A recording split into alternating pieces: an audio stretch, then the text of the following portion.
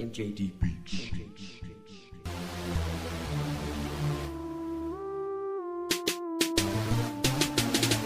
Live on the National Sports Studios from Spreaker.com, you are listening to In the Paint with Jordan Hunter and your host, Cameron Sadeghi. Hello and welcome to the show In the Paint with Cameron and Jordan. We are back with you today with a lot of NBA talk. Jordan, so many crazy stuff going on.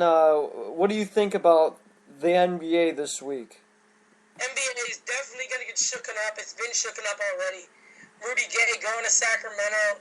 That makes Sacramento a very athletic and interesting team. Maybe they're trying to make the mold of a young Oklahoma City 3-4 years ago. But, yeah, that's a crazy trade. You can tell that the Raptors are going to try to tank with them trying to trade Kyle Lowry, trying to get Felton and Metta World Peace. Which, that's interesting. Like, Felton's out. Metta World Peace is limited production, if any production. So, I think the Raptors are a team. They know where they want to go. Masai Ujiri, I think he knows what direction he wants to go. Opposed to when he was in Denver, he was trying to get the team better. Here, I think he's looking ahead at the future. Now, moving on to the Rockets, who are aggressively trying to trade Omer Asik because we know he's not happy in Houston with Dwight. He wants the ball more. He's complaining all the time.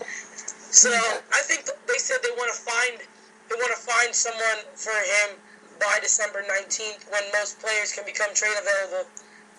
Many teams have said they wanted him. But then the Rockets are asking for a lot. They said the Cavaliers are going to they're trying to give up Anderson Varejao, but the Rockets say they would want more than just Anderson Varejao, which is interesting because I take Anderson Varejao over Omer Asik, especially for the Rockets situation. Yeah, I think that would work better. I agree. But wait, go ahead. I was going to say Asik, he fits perfectly for a Cleveland team who has scoring. We know Dion Waiters wants the ball, so they don't need any more scoring. We kind of got Kyrie Irving. He's a playmaker. Dion Waiters, pure scorer. Jared Jack off the bench. Andrew Bynum, he's had some up and down games.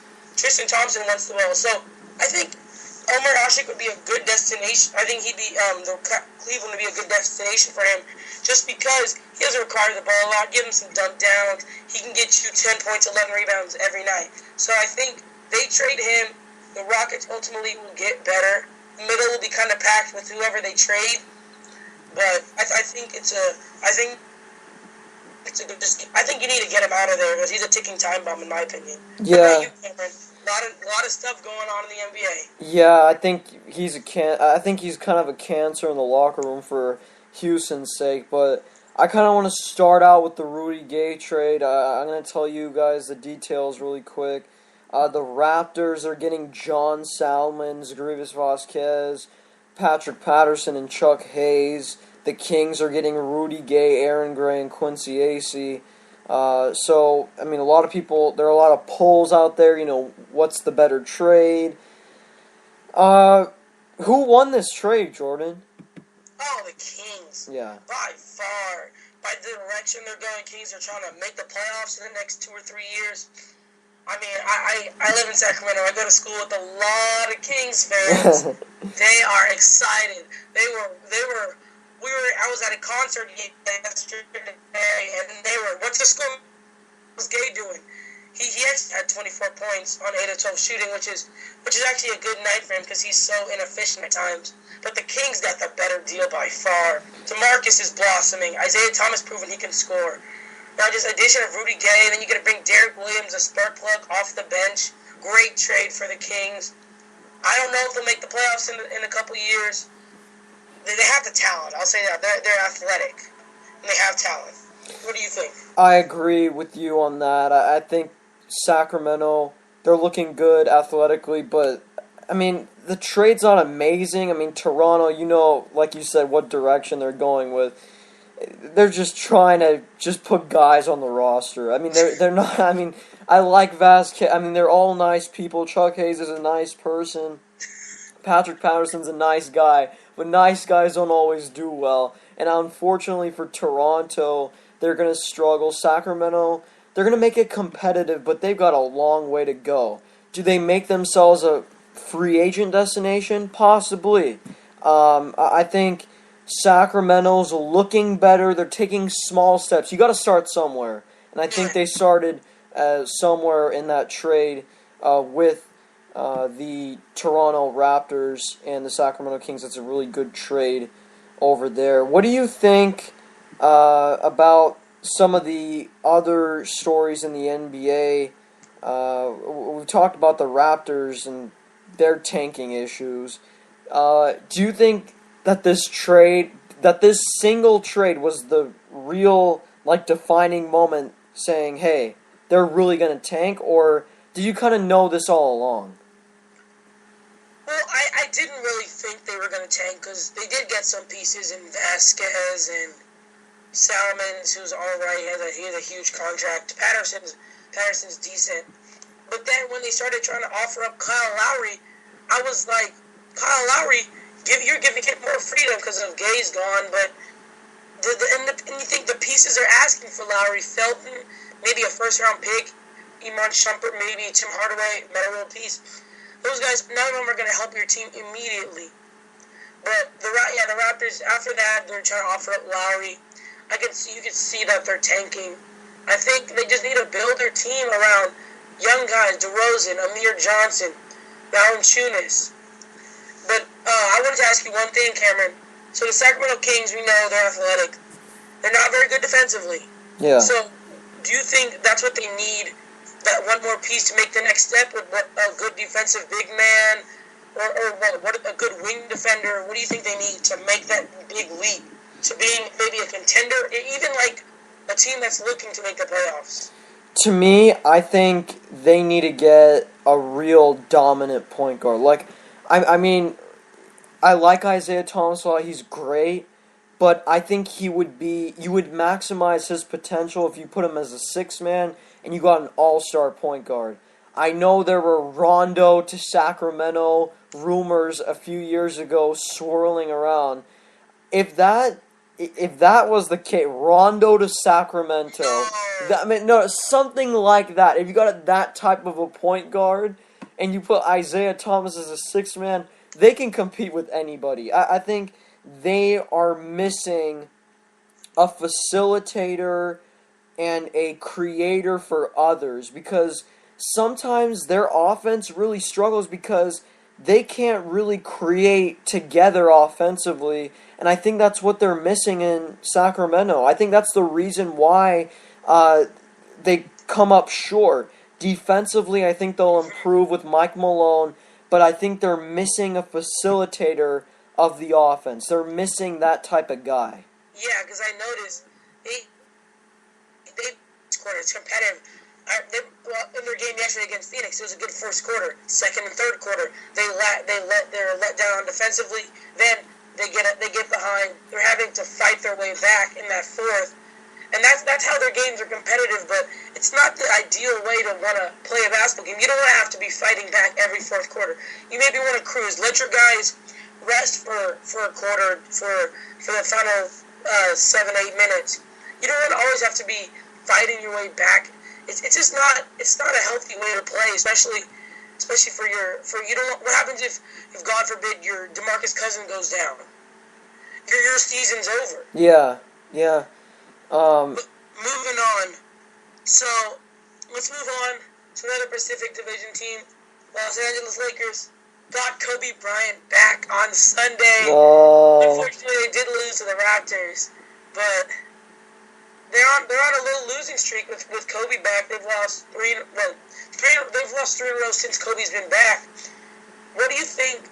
What's going on with them? Is it just a little streak they're having? Kobe had 4 points on 2 of 9 shooting, but he did have 13 assists and 7 turnovers. Is that turnover number crazy to you, or is it because he's playing the point guard position a lot? I think this is the first time Kobe's played an uncomfortable position in his life. I don't think he's had to create for others so much, and I think that's kind of a new concept for him to do on a consistent basis, so he's going to struggle a bit. I think they need him to facilitate. I think his scoring will come, but this team, look, I know he's getting into the flow, and D'Antoni said whenever you get a new guy, it always disrupts the flow. I agree with that. I mean, Stephen A. Smith going crazy over D'Antoni saying that, but I don't know why. But I think the Lakers will be fine. I think Kobe is playing solid basketball. Again, he hasn't played in a long time, but I like the type of play that he's displaying. I don't want him to take 25 shots anymore. I want him to be that 10 to 15 shot guy who's making others better. I think that's the one thing that can really change this around, and I think he's trying to do that. It's just a matter of time for the Lakers and how he gets into the flow of the offense and even defensive principles. Yeah, honestly, the Lakers they had a little groove going when Kobe was out. That first 19 games, it wasn't the most talented team, but they figured out ways to score. Jody Meeks was their spot up 3-point shooter. Steve Blake was controlling the ball, and then guys like Nick Young, Xavier Henry, they kind of fed off that. Pau Gasol, but now I don't know. I think Kobe does kind of disrupt what they had, but I think give them 2 weeks. I think they'll figure it out, get chemistry back. They need a point guard. I don't know if they're going to pick one up. Nash has been out most of the season. Steve Blake's out 6 weeks. Farmar's out a while. Farmar should be back soon, but you can't. I don't think you can win the champion, or you can't win games without a point guard. You can try to mold guys into point guards, but without a real point guard, you can't. Oh, Xavier Henry, no, he's not a point guard. He's a 6'6" shooting guard like Kobe Bryant is. So I don't know what they're gonna do. I agree with you, but I think the one thing that I have a real big concern is with the Lakers and Kobe, is if they get desperate and it comes down to maybe the end of the year and they're playing good teams and they're trying to make the playoffs, will D'Antoni play Kobe huge minutes? I'm talking about like those same minutes like last year. Sometimes he would play 40 to 48 minutes and then have to carry the load offensively, sometimes even taking 30 shots. I mean, ridiculous, trying to go himself. If the Lakers are going to do that, you're basically shooting Kobe Bryant's career. I mean, you can't do that. You've got to be very careful with the way you play this guy, because you could really end his career right now if you play him that way, especially toward the end of the year. I want to see during Christmas, though, when they face Miami, will Kobe be forced to put up a ton of shots, or will D'Antoni relieve the pressure off him of trying to carry the load? I hope D'Antoni does, and he makes it a more five-man type of offense instead of just ISO, Kobe trying to go against LeBron. I don't think that's going to work 9 times out of 10, so we'll see how the Lakers do on Christmas. That'll be the big test for them. Yeah, I agree with you. That's gonna be a great game. Kobe against LeBron, classic matchup. Classic. Who's better, Kobe, LeBron? We know everyone's had those discussions, different answers. Yeah, but that's gonna be an interesting game. Okay, Nets team we've been talking about the last couple shows. They've gotten better. I think Darren Williams is back. Paul Pierce is back. Brook Lopez did go down, but I think now is the time they need to make a move. The Atlantic Division is up for grabs. Boston's still under 500, and they're in 4th in the East. So I think the Nets need to make a move. They have 8 games against Eastern Conference teams, and we know most of the Eastern Conference is pretty bad. So they should win at least 5 or 6 of those games, move into first in the Atlantic, and I think now is a time to make a move, win games, maybe even try to sneak into like a top 5 East spot right now. What do you think, Cameron? Kenny Smith said Brooklyn might be 3rd at the end of the year in the East. I don't know if that's going to happen, but considering the logjam in the East, I mean, anything's a possibility. But you look at Brooklyn, I don't know if they can carry the load and go as far as they maybe think they can because of their age.